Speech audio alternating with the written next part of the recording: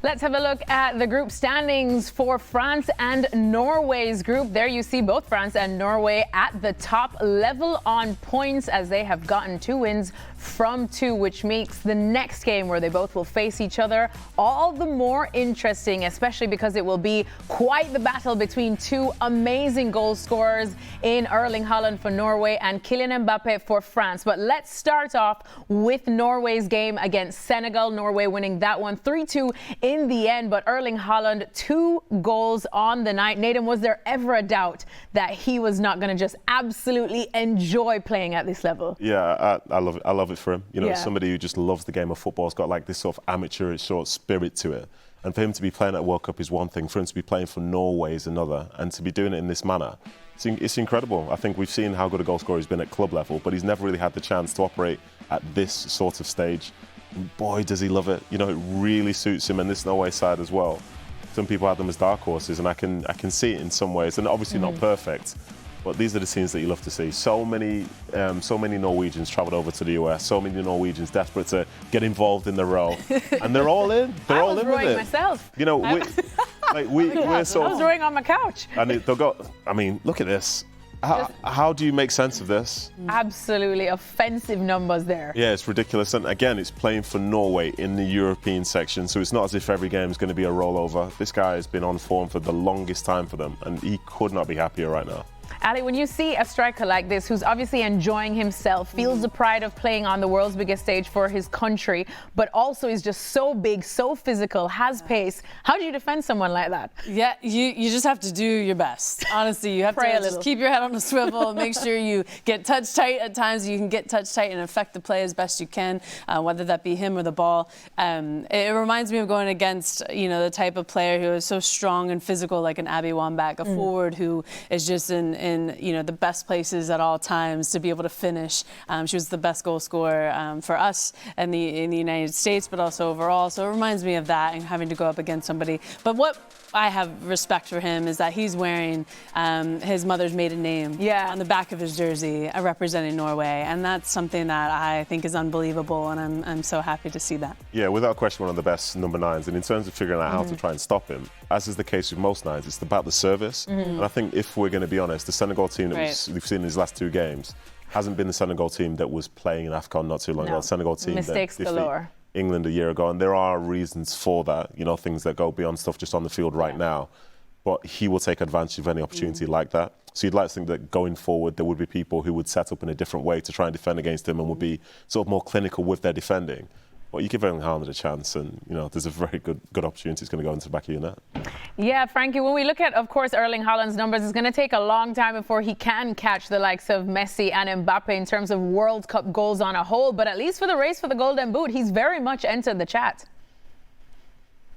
Exactly, he's in the race, and good for him and good for Norway, and he doesn't touch many balls, but he's always in a good spot, and when he gets them, he's very effective, and he's a great player. I mean, how do you play against him? I was listening to Ali and Nedum. It's impossible unless you bribe him, but you can't even bribe him. He's so rich now, so you can't even find any solution. Maybe you offer some flowers. Maybe he's going to be touched, by the flowers. I don't know how the guy is so strong, so powerful. So he has the flair on top of it. He knows exactly where to stand to get the ball and to be in the right position to score a goal. The guy is a cyborg. We talked about the genius of Messi. We talked about the pace of Mbappe. Now we talk about the power of the cyborg. Those guys are impossible to catch, impossible to deal with, and it's why they are fighting for the top scorer of the World Cup. They're great. They're simply great. Yeah, the great race is on indeed. So let's talk about Kylian Mbappe, because I know Jules wants to go there. Jules is like, enough Erling Haaland. Let's talk about my boy, Kylian Mbappe. You were at the game last night, France winning 3-0 over Iraq. We know there was a rain delay. We'll talk about that in a bit, Jules. But let's focus definitely on Mbappe, just once again doing what we expect him to do. Yeah, it was the Mbappe show again, like we saw in the first game against Senegal on his 100th cap. So a very special evening for him and for his family, it's a proper milestone to reach 100 caps for you, 100 games for your country. He's only the 10th in French football history to get over the line of a 100 caps, so it was very special. And as always, as we've been saying before the tournament, since the tournament has started, the World Cup just starts something in him. You know, he's been outstanding in the 3 World Cups that he's played, 16 goals in 16 games now. It's a goal per game ratio. It's incredible at this level. And the way he led the team yesterday, again, with how difficult it was with the rain and the interruption for such a long time, I thought was brilliant. And he's a great captain. He's in great form right now, which is interesting to look at because obviously he had an up and down season with Real Madrid individually and collectively, but he seemed to be on a mission in this World Cup. He does seem to be on a mission, and I think defenders everywhere and countries everywhere will be slightly afraid to hear that, Frank. Oh, yes. Be ready if you can, because you're not going to be ready. The guy is impossible to catch, and we were talking about Messi breaking records, but the guy is just behind, and he is only 27. He already a World Cup winner. He already scored so many goals.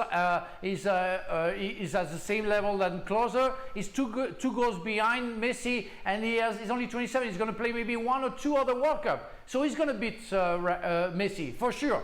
For sure, Messi won't last long, and that's crazy when you have to say that. But Mbappe is a killer in front of the goal. He's only think about that, and when he's on his top form, he's unbeatable.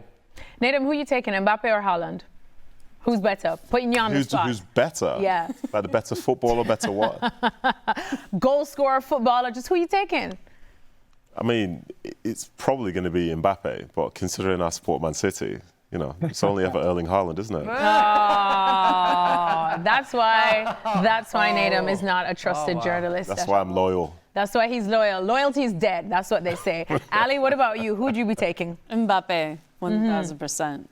The way that he's also built this relationship with Elise over the years, just playing at this level and the quality that he has in the distribution, that entry pass to allow him to, you know, also score some goals has been brilliant. So I love watching that. He's unbelievable. He has pace, he's strong, he's physical, a knack for goal. I mean, what more do you want? Ali's right. I mean, Mbappe aside, I love me some Kili, but Olise, what an absolute show. Are you not entertained? All right, well, one thing we weren't really entertained with was the storm that we saw. Jules, there was a rain delay. We understand that, of course, there were thunderstorms and lightning, so that's why the game had to be halted. Just talk to us about what it was like and how weird it was for you to experience, because, of course, you live in England and there's a lot of rain in England, but a rain delay quite like this in the middle of a game, it's interesting, isn't it?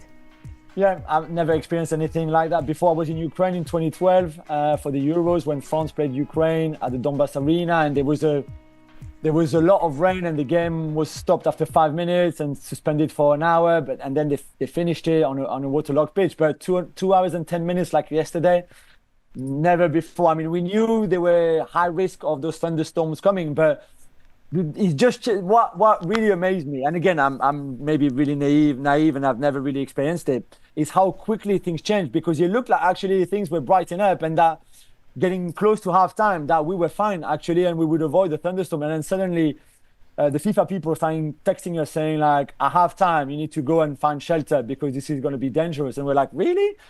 And the rain had started falling, but it was just the rain, like you said, Alex, is that we see in the UK, for example, or anywhere else. But it changed so quickly, and for the players it's difficult because half an hour you can manage, even an hour you can probably manage.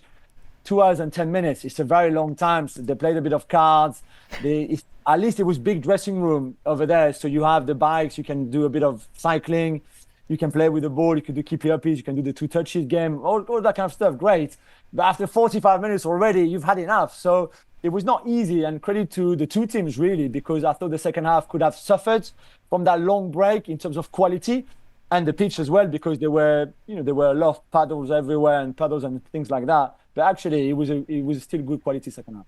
Ali, you've experienced something like this before, have you? This long, how hard is it for the players to kind of just keep in that moment? Yeah, it is difficult. I played in Orlando in the middle of hurricane season, and lightning consistently. So it's really tough to stay mentally in it, right? Then you go and you sit after warming up and activating, especially after, you already start the game. So it is difficult to kind of stay mentally in it. But then it's just keeping your legs warm. And honestly, you're basically staring at each other in the locker room, right? and trying to, stay ready for the next part of the game. But you just have to continue to talk about what, you're going to fix in order to get back out there and get 100% back to where you were. So it's tough, but, they're professionals. This is a business. You got to show up and you got to show out when you have the opportunity to. And I know that they can handle it just like we saw last night.